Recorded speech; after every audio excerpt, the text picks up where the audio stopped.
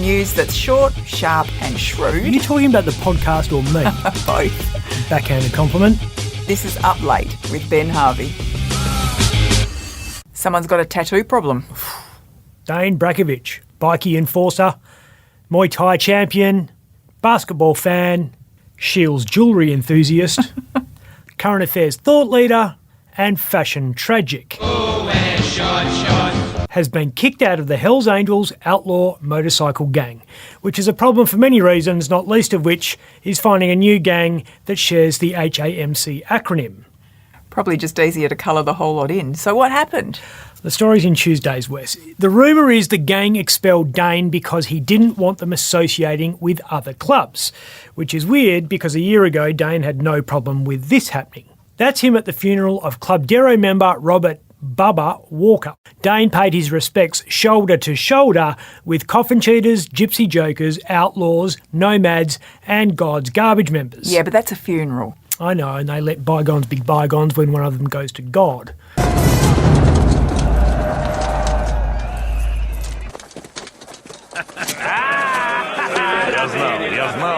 Or the other place. Word is Dayne got the shits with Hells Angels members hanging out with other clubs at parties and whatnot. There was a poolside gathering with rebels at Scarborough. The cops broke that one up, didn't like cats being on show. Being a teetotaler, maybe Dayne was pissed he wasn't invited. Can I come too?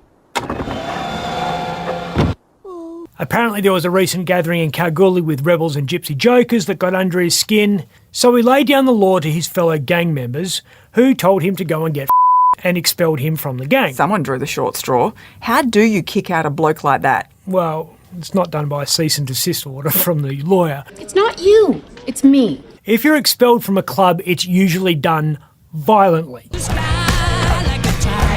When the coffin cheaters found out that Troy McCanty had got the Comancheros offside, they lured him to a goat farm in Moore River on the pretense of celebrating his 10 years with the club.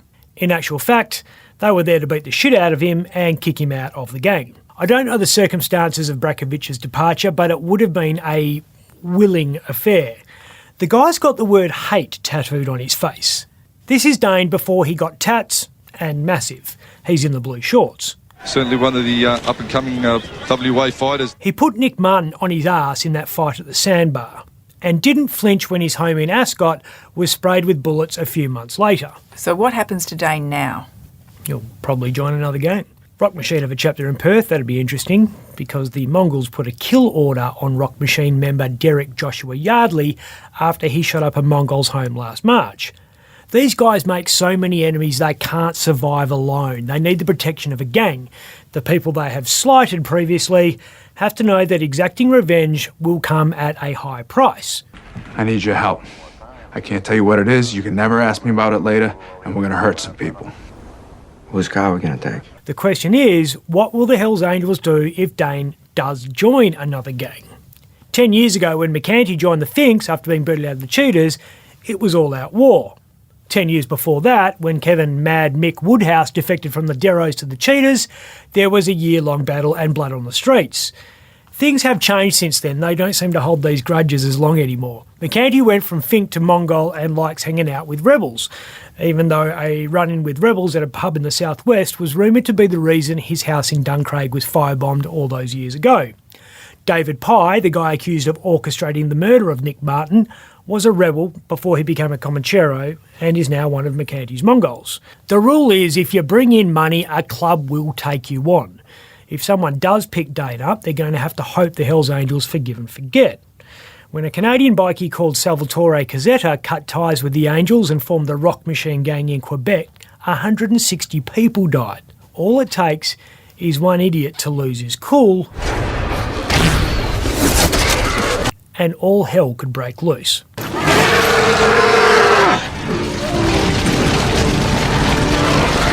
Speaking of angry hordes, the Armadale line's going to be down. You're expecting me to say it's a good thing to have Armadale cut off from everyone. Labor's been working on Metronet now for 10 years. It unveiled this thing at the 2013 election and had it brewing a long time before then. So why does it feel like they're making this up as they go?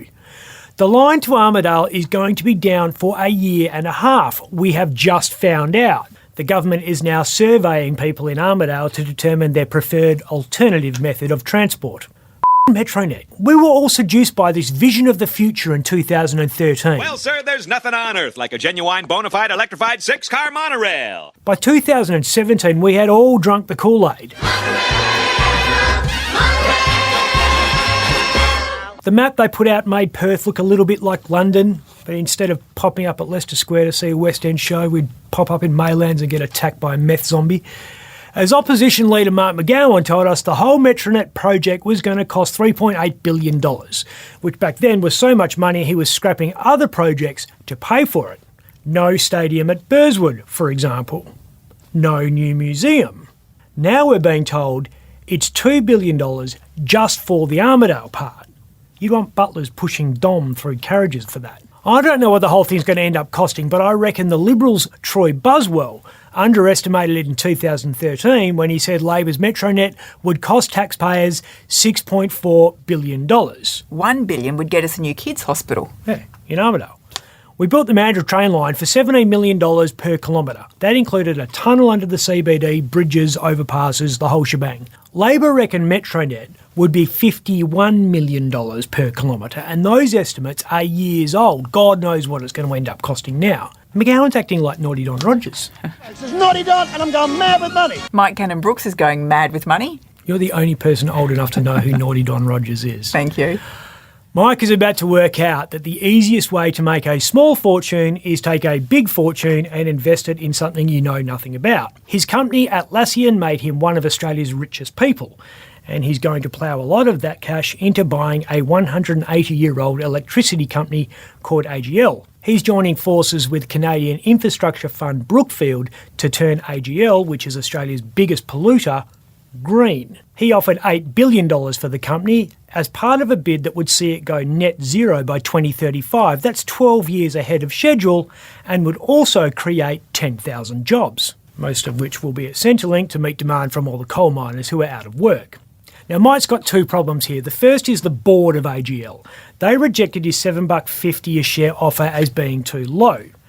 The second is the federal government, which could veto the takeover on the grounds that turning AGL green that fast could see the lights go out. Let me be really clear about something. We need to ensure that our coal-fired generation of electricity runs to its life.